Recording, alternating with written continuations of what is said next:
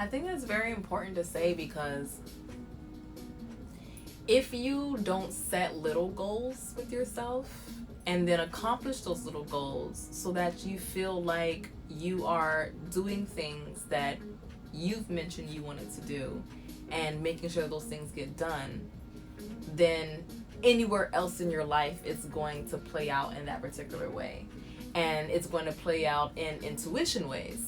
It's going to play out in ways where you don't even know yourself, because you don't listen to yourself and you don't talk to yourself and you don't understand yourself. So you can't possibly listen, understand, and talk outside of the comfort zone that you have, because you don't even do it when you are in your comfort zone. You know, if you don't talk to yourself in your room and say, I'm going to clean up today, I'm going to wash the floors tomorrow, and I'm going to do laundry on Saturday, and then you don't do any of those things, then how could you possibly feel okay with being like, I'm going to go out and I'm going to say firmly what I don't want if any attention comes to me, and I'm going to go out just to have a great time because that's my intention? Like, you're not going to think like that, because you already don't even accomplish little goals that you have personally in your own life. So how could that translate outside interacting with other lives? When people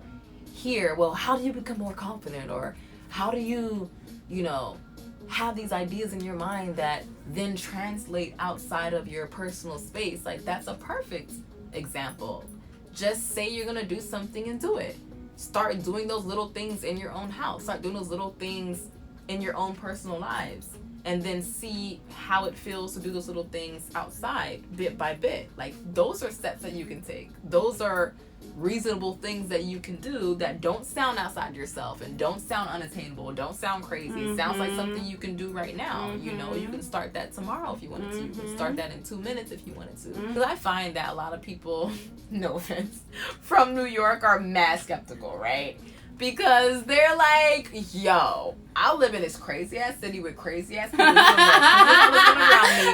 You get on the subway at 2 a.m., you don't know who you're gonna find. I mean, they're not gonna get on there. Like, that's 3 a.m. You know what? I don't care. It's $40 for Uber. I'm going to Uber home because you're not gonna catch me on the subway at 3 a.m. Okay. You have all, like, girl, when I was in New York, I was like, Lord, there is a theme amongst y'all. I swear to God. And even though there are different cities and people feel this way, I feel like particularly in New York, y'all just like, so I ain't going out of the country by my damn self. You ain't gonna catch me traveling alone. I don't trust Bob. Bob looked crazy. I saw somebody that looked like Bob on the subway last year. I ain't gonna say that's the same person, but I'm gonna say that Bob and me ain't gonna connect. Like, y'all, there's just full stories, okay? Y'all got full stories and y'all sticking with it. Y'all sticking with it. You're like, this is what I have. And this is where we're going. And we're not going to veer off because we're here. And when I say here, I mean we ain't trusting bitches. We ain't doing it.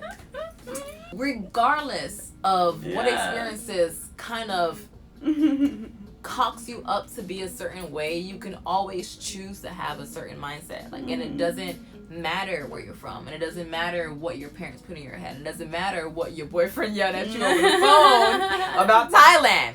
What matters is what you think. If you think taking a $40 Uber home is going to get you safely, take that $40 Uber home. If you think this $40 Uber home is real, this is excessive, I really could just take the train, just take the train. You got you, you know?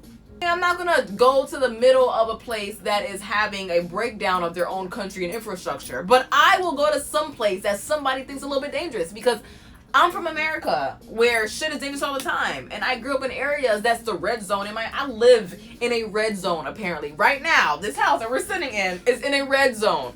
When I didn't know what a red zone was, but I was gladly told the other day when this woman told me that I live in a red zone and it's really scary around here and I should just be a little bit safe. This is when I have my own apartment down the street too.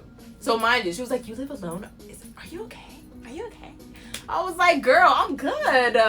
Back up. But people have these ideas of your own safety for their own fear. It has nothing to do with you. And that statement makes people uncomfortable as well. Everything to do with them. And I also don't really care about dying. Me neither. And I know that Many people do. You know, I think it's like the second biggest fear of all time. But I think that there's a certain point that you get to in your life where if you are very secure, if you are taking and having spiritual shifts, and you're getting better at understanding where you are in this existence, where you are in this life, you kind of tune into not really caring about dying because you A, realize that you never really die, and B, you realize that whatever death comes, whatever form of this idea of death that comes, you're supposed to be there. Like, it's supposed to happen at this point. I am not afraid to go anywhere in the world because if I die in Manila, I'm supposed to die in Manila. That's it. Because whatever happens, not the idea of destiny that, like, I'm going to assume that something is going to happen, but whatever happens, if it does happen and if it has happened, then it was supposed to happen. So if I went to the Philippines 2 years ago and I was not here to tell the tale, it's because I was supposed to die in the Philippines 2 years ago. And I wasn't supposed to be here to tell the tale. But I'm here telling the tale, which means that I was supposed to go, which means that I wasn't supposed to die. So why would I have a fear of something that wasn't supposed to happen? Right.